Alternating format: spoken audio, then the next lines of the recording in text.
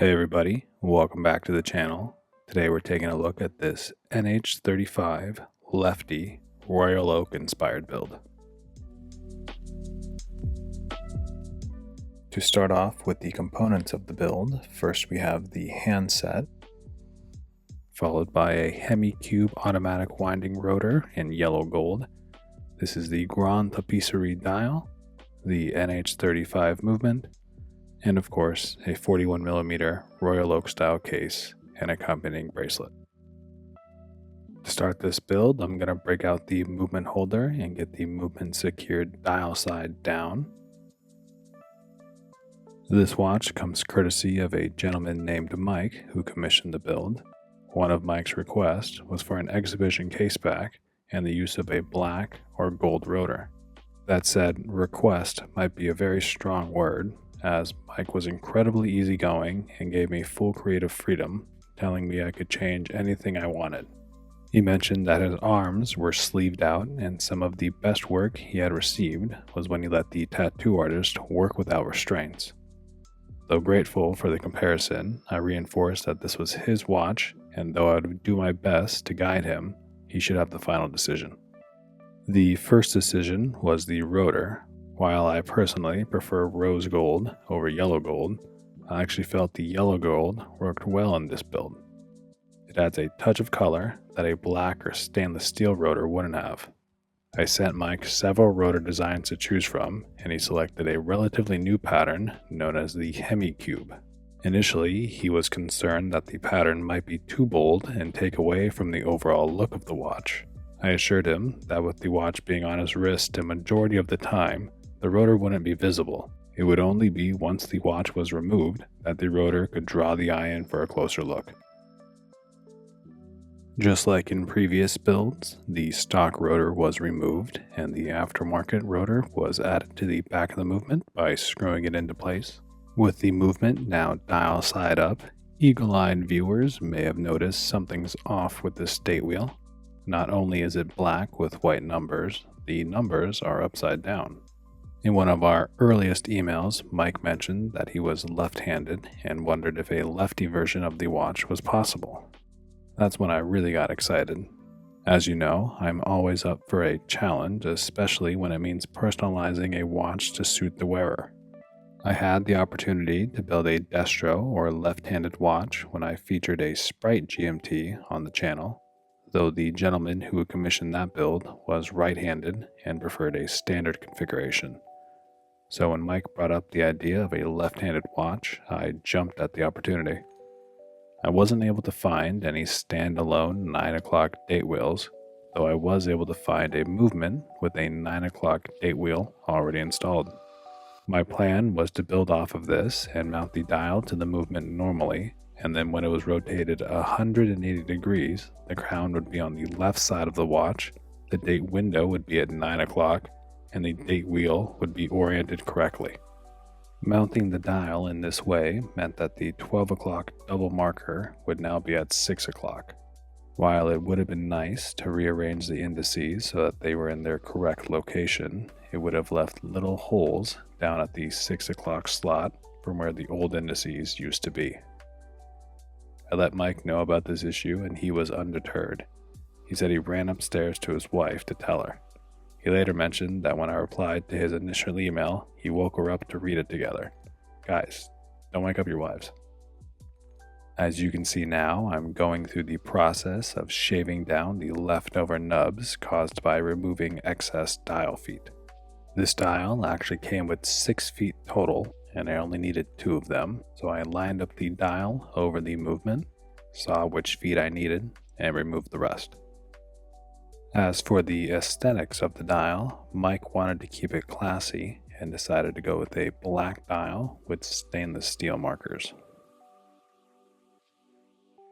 With the little nubs shaved down and my working area cleaned off, I'm ready to set the dial into place. Out of curiosity, I looked up whether Audemars Piguet had ever made a left-handed Royal Oak. Surprisingly, I found that they had made exactly one, a piece unique created for Serena Williams, the legendary tennis player and brand ambassador. While the crown was indeed positioned on the left side, images showed her wearing it on her left wrist. Serena Williams is right-hand dominant, suggesting that the crown placement is for ergonomic reasons during play rather than being a true Destro watch. Now with the dial in place and upside down for most people, I can move on to the hands. I've already completed the first step in this process by winding the crown around all the way until the watch flicks over the date, signifying midnight. From there, the hands are set in place using the same procedure as before, in which the hour hand is placed onto the post, aligned with the 12 o'clock marker, and then pressed into place. The same is done for the minute hand, and then finally the second hand is pressed into place using my favorite Rotor and hand press tool trick. So while the hands are being set into place, I'd like to give a little bit more background on the man behind the build. From the very first email I received from Mike, I could tell that he was one of the most polite and genuine people on the planet. He mentioned that he was a recent subscriber and had been watching my videos on repeat. He opened up rather quickly and began telling me not only about the watches he had, but also about his life and childhood. Growing up, Mike wasn't much into sports. He enjoyed spending time in the woods and reading. By high school, he felt drawn to the military and spent all 4 years in ROTC before enlisting in the Army straight after graduation. He was sent to Fort Jackson, South Carolina for basic training and then joined Echo Company, 2nd Battalion, 13th Infantry. After completing basic training, he was stationed at Fort McClellan, Alabama for advanced individual training. He was assigned the MOS of 54 Bravo, which deals with nuclear, biological, and chemical warfare. The training lasted nearly a year, and to this day he is unable to disclose most details about his work. However, he mentioned that it primarily involved plotting fallout, analyzing chemical and biological agents, and studying delivery and distribution systems. From there, he was sent to Fort Campbell, Kentucky, home of the 101st Airborne Division. Their motto: we jump out of airplanes and kill people. If everything around you is exploding, it's probably us. After serving for 8 years, Mike retired from military service and returned home to face a new challenge. There wasn't much demand in the civilian job market for someone with a chemical and nuclear background. Fortunately, he reconnected with an old friend who was working as an electrician and introduced Mike to the trade. Within 2 years, Mike had not only learned the trade, but had surpassed his friend, eventually becoming his superior. He went on to develop a successful career as an electrician spanning nearly 3 decades. Attention to detail became one of Mike's defining traits. Whether in his work as an electrician, his passion for photography, or his love for cooking, he found the joy in the finer details. The same appreciation for precision naturally extended to horology. When he learned about the intricate craftsmanship involved in watchmaking, he became fascinated with the process. He could spend hours watching videos on watch repair, studying the movements, and admiring the artistry. His love for watches had deep roots. He fondly remembers his father always wearing a wristwatch or carrying a pocket watch on his hip. Over time, Mike built up a small collection, including a Bulova 21 jewel with a transparent subdial, a Casio Duro, and a black Submariner style build. But from the very beginning, he had been captivated by the Audemars Piguet Royal Oak. Every aspect of its design, along with the stories behind its creation, resonated with him, leading it to be something he pined for and hoped to one day acquire, though his life would take a drastic change. After leaving the military, Mike struggled with his thoughts, emotions, and feeling, doing his best to suppress them, as many veterans do. For years, he was able to ignore his feelings, but curiosity and recklessness eventually led down a dangerous road. Wanting to numb himself from his own thoughts, he first started smoking weed, which progressed to doing cocaine. Eventually, he took a darker turn and began using heroin intravenously. He said he fell in love with the drug, but heroin does not love. It only takes, and it took everything from him. At first, he didn't see his addiction as a problem, but everybody else did.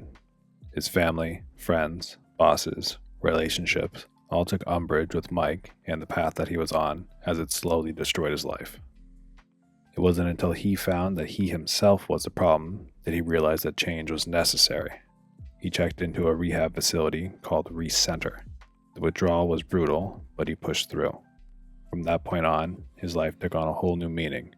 He left behind his days of working with electrical tools and instead dedicated himself to helping others overcome addiction. Now, 3 years sober, he works as the manager of residents at the very same recovery center that helped him to get clean. On top of that, he serves as a life mentor at another facility, guiding individuals who are taking their first steps in recovery.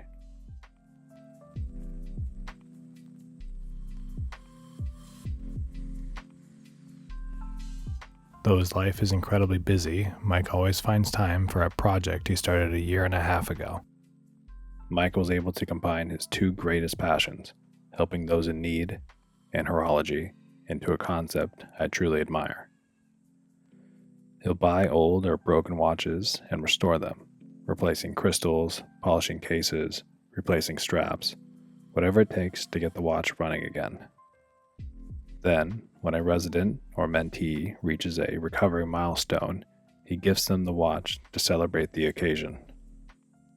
He has given away around 20 watches, and many recipients return to show him that they are still wearing them, eager to share stories and talk more about watches. This idea has led him to be the unofficial watch guy of the facility, and he is often asked to help resize bracelets and change out batteries by the residents. Mike wrote to me one day and expressed a great amount of excitement as his new hand-setting tools had arrived and he was going to spend a large part of his day at his workbench getting to use them for the first time. He had 3 watches to restore, each one of them destined for a resident who had made a significant progress in the program.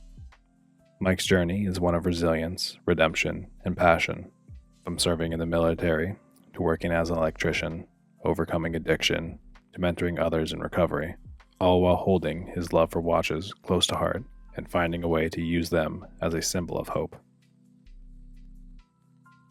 Went a little bit over time there, but I felt it was important to tell Mike's story all in one go.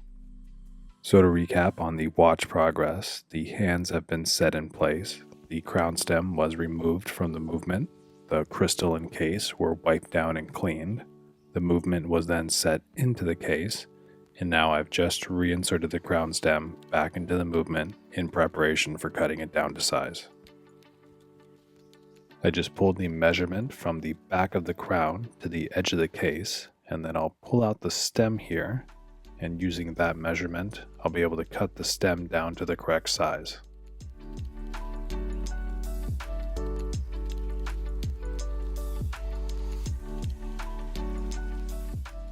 I found that the crown on these Royal Oak style cases can be a little bit tricky sometimes. There seems to be a real small operating window when cutting the stem down. If it's cut too long, it doesn't screw down fully. If it's cut too short, the stem can't be pushed in fully. I typically take a slightly more cautious approach when shaving down the stem for these builds just to ensure that everything works as it should.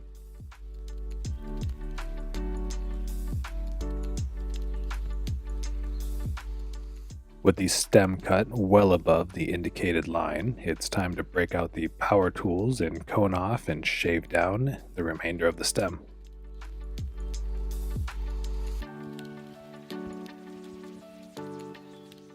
And of course, once the stem is nice and clean, I like to add a little bit of blue Loctite to the threads.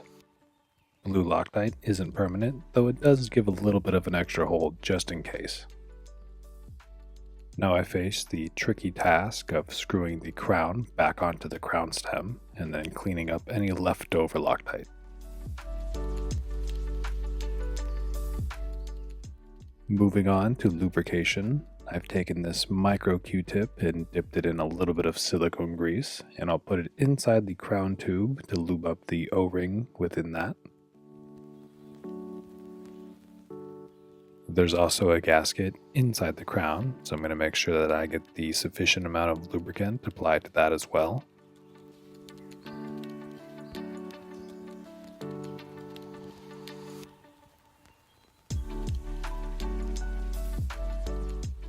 And last but not least is the Caseback gasket. What I'm doing here is just applying that same silicone grease and spinning the case back around to make sure that it's evenly coated.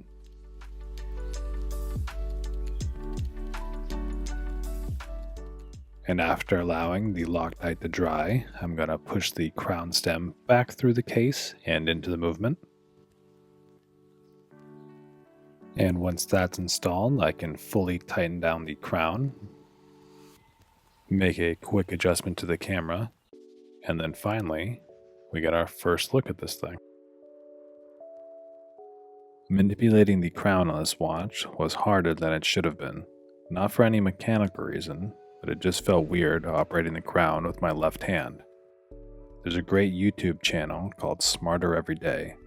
In one of the videos, Dustin, the host, gets his hands on a backwards bicycle, meaning turning the handlebars to the right actually makes the wheel turn to the left. He discusses his struggles as his brain knows what to do, he just can't put it into practice, and I think there's an element of that here.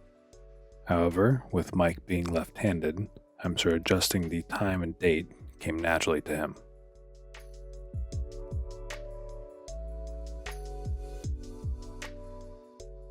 With me eventually learning how to rotate the hands in the correct direction, I can move on to getting the case back installed. Unlike the Rolex style builds, which feature a screw-down case back, these Royal Oak style builds feature a case back that is affixed by screws. More specifically, there's 8 screws evenly distributed around the case back.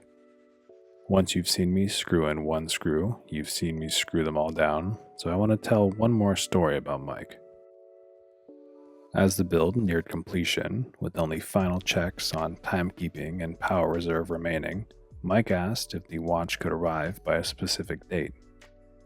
He had received news of a major fundraiser supporting veterans with substance use disorders, where he had been invited to speak about his journey overcoming addiction and the work Recenter was doing to help others. He had already gone out and gotten a brand new tailored suit, and he hoped to wear this watch on stage to use as a tool to show that through perseverance, you can overcome addiction, get back on track, and pursue your passions. I honestly didn't know what to say. I'm always grateful for the opportunity to collaborate on a watch, but seeing how excited Mike was, how deep his passion for horology ran, and then hearing that he wanted to wear a watch I built as a part of a message on sobriety, I was truly honored. I made sure the watch passed all of its tests and got it to the post office as early as I could. We cut it a little close, but in the end, Mike ended up nailing a speech with the watch on full display. So now, with the case fully assembled, I can move on to the bracelet. Unlike the majority of bracelets that use spring bars to hold them in place, this style of bracelet is secured using screws. Each side has 2 screws that are pressed through the lugs of the case and then screwed into the end link intermediates. I'm always very cautious when tightening the screws down, as the threads on them are often very thin and easily strip if installed improperly. I really like how these Royal Oak style bracelets look, especially the way that the light plays with all the links and intermediates. Along with the downside of the screws having very thin threads, there's also the downside of there being no micro adjust. Now, I don't want to badmouth AP in any way. I mean, they just developed a perpetual calendar movement that is solely adjusted through the crown without the need of any pushers. But maybe now they have time to look at adding a micro adjust to the bracelet. Semi-related to the lack of micro adjust, Mike reached out after the watch had been delivered and expressed interest in a rubber strap. He explained that while at work, he is dressed in a suit and tie and felt that the stainless steel bracelet pulled everything together nicely. Though in a more casual setting, he felt it was a bit much and wanted a way to tone the watch down. Although it's not featured in this video, a black rubber strap with a deployment clasp was sourced and sent to Mike, and he has been changing them back and forth depending on the setting.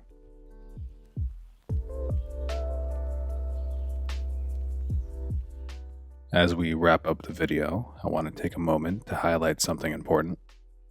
Mike has been a tremendous supporter of the channel since the very beginning. You often see he's one of the first people to leave a comment whenever a new video drops. I wanted to find a way to return the favor. While I know my audience isn't the largest, I still wanted to do what I could, so I asked Mike if there was any way for viewers to support his cause. He shared that the best way to get information on donating is by emailing the operations coordinator, Paul Nickel, at pnickel@recenterhouston.com. You can also visit www.recenterhouston.com for more details. I'll include both the website and the email address in the video description. The facility is a nonprofit and all donations are tax deductible. I thank you, of course Mike thanks you, and I know the veterans getting the help that they need thank you as well. Before I sign off, I just want to give a big thank you to Mike, not only for commissioning his build, but also for allowing me to share his story. As I mentioned earlier, I'm always grateful when someone reaches out for a custom watch, but seeing how this watch meant so much to Mike and knowing he planned to wear it during his speech really made this project special. And just a little spoiler, this isn't the only watch Mike and I have worked on together. Feel free to subscribe to the channel and follow me on Instagram at Golden State Watch Shop to stay up to date and catch those videos when they release. Finally, if you or someone you know is interested in a custom watch, feel free to reach out to me via email at garrett@goldenstatewatchshop.com or send me a message on Instagram and I'd be happy to discuss the build in more detail with you. We're going to finish this one off with some shots of the watch in natural light. Thanks for watching. I'll see you in the next one.